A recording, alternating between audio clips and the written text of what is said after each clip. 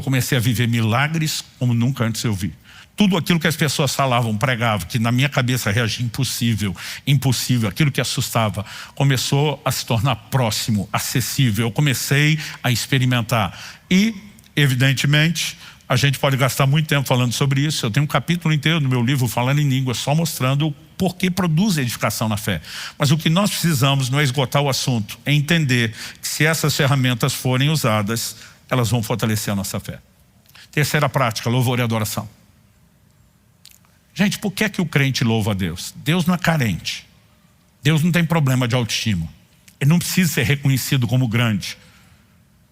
Ele não precisa, com o perdão da palavra, de uma lambida de adoração todo dia para sentir um Deus melhor.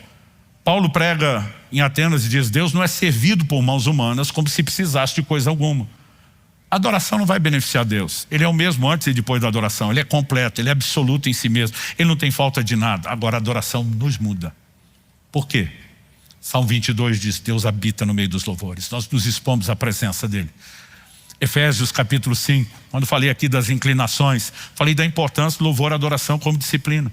Não vos embriagueis com vinho, no qual há dissolução, inclinação à carne, mas enchei-vos do Espírito, como? Falando entre vós com salmos, hinos, cânticos espirituais. Pobre do crente que adora só 2 reuniões, a celebração do domingo e a célula durante a semana. Isso é algo para a gente fazer todos os dias. E não estou falando meramente de música, um coração que foca a grandeza de Deus. Por quê? Porque isso vai afetar a nossa fé, com certeza. Em Romanos, no capítulo 4, no verso 12, a Bíblia fala daqueles que andam nas pisadas da fé que Abraão, nosso pai, teve. Abraão é chamado de o pai da fé, porque é um modelo de fé a ser seguido. Agora, o que é andar nas pegadas? Imagine alguém que andou na praia, e aí vem o outro atrás colocando o pé exatamente na pegada deixada. Agora, se ele estava andando devagar, as pegadas estão próximas. Se ele passou correndo, as pegadas estão distantes. E quem vai imitar, não vai imitar só o trilho. Para conseguir pisar, vai ter que imitar o ritmo. Quem está entendendo?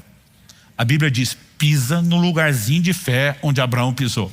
Como Abraão funcionou na sua fé? O mesmo capítulo 4 de Romanos vai dizer agora do eu citei antes o 12 das pegadas, agora do 18 ao 21.